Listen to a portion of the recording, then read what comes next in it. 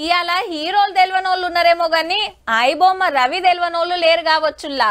కొత్త కొత్త సినిమాలు పుక్కట్ల చూపించినందుకు సోషల్ మీడియాలో వీరుడు శూరుడే కాదు దేవుడని కూడా అనబట్టిరి.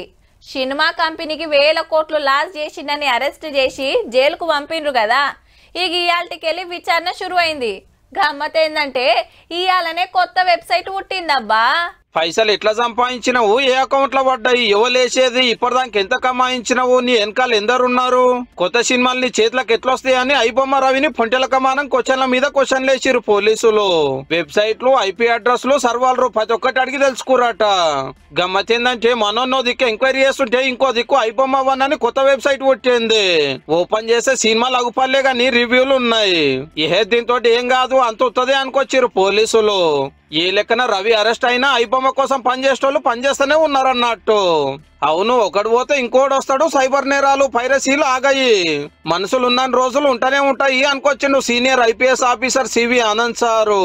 సినిమాలు టికెట్ల రేట్లు పెంచి అడ్డగోలుగా దోసుకుంటున్నారు, అందుకే పైరసీ పెరిగింది. రవి తరపున కోర్టులో మేం వాదిస్తామని కొందరు లాయర్లు ముంగట్టుకొచ్చిండ్రు. ఇక సోషల్ మీడియాలో అయితే ఫుల్ సపోర్ట్ మనోనికి. డైరెక్ట్ దేవుడనే రాస్తున్నారంటే చూడండిగా. ఇంకో 4 రోజులు రవి విచారణ నడుస్తుంది. ఆఖరికి ఏం తెలుస్తారో గానీ గిసొంటి వెబ్సైట్లు బొచ్చడు ఉన్నాయి. అవన్నీ ఆగబట్టుడు అయ్యే పనేనా అనే చర్చ అయితే నడుస్తుంది.